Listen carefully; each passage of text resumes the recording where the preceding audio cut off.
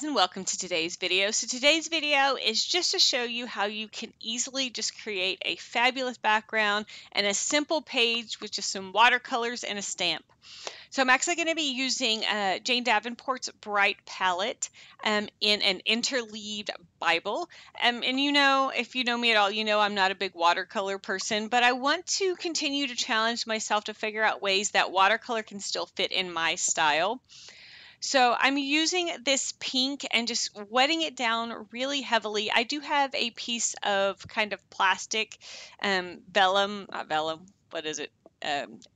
Acrylic, acetate, I don't know. A little piece of plastic behind it, but you could use whatever you want. And it's just mainly to make sure I'm not getting it everywhere. And so I'm really not thinking super hard. I'm just adding a pink, a purple, and then some other colors. And then while it's still wet, I loved playing with this idea. I'm taking some blues and some purples, and while it's still wet, kind of just doing a flick technique where I'm getting my brush really wet, adding my pigment on, and kind of flinging it at it. And because it's wet, it's kind of naturally blending and naturally growing into little spots. So I loved doing this because it didn't really take a whole lot of thought. I am hitting it with a heat gun because obviously watercolor is super juicy and it takes a little while. So I cut that part out because I'm sure you didn't want to see it.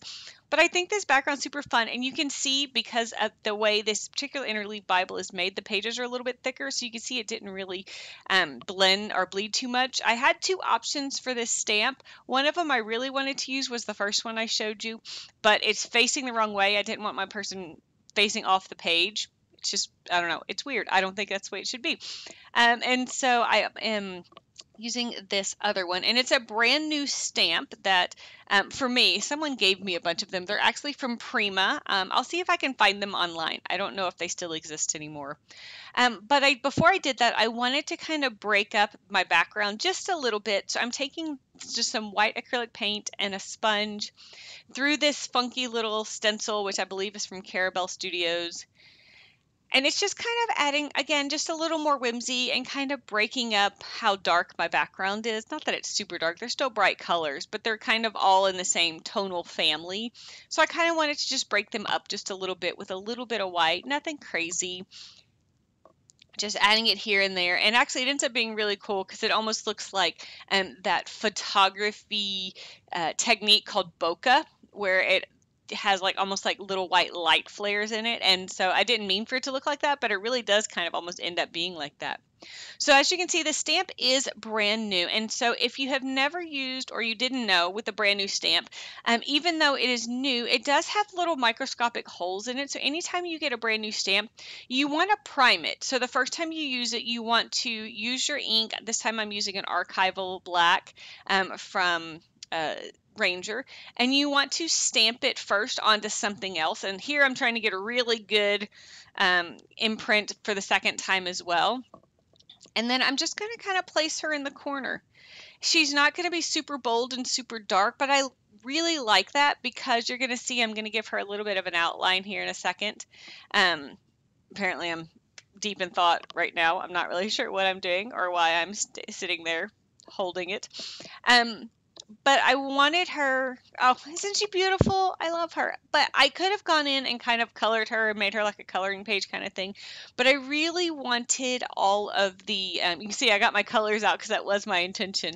But then I decided I'm going to keep her natural. I really am just going to differentiate her from my background a little bit with some watered down white acrylic paint.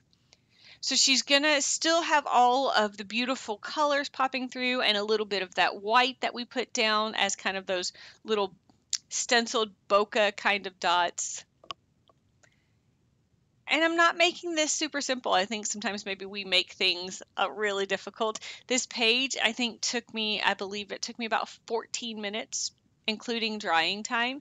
And I think I love that idea because it's literally just some watercolors, a cool stamp, and a few other little extras, and I'm loving it. I don't think I did mention though, we are in 1 Peter chapter 3, and it's in a section where he is discussing husband and wives, and it's the one that is 1 Peter 3:4. It says, Let your adorning be the hidden person of the heart with imperishable beauty of a gentle and quiet spirit, which is in God's sight is very precious.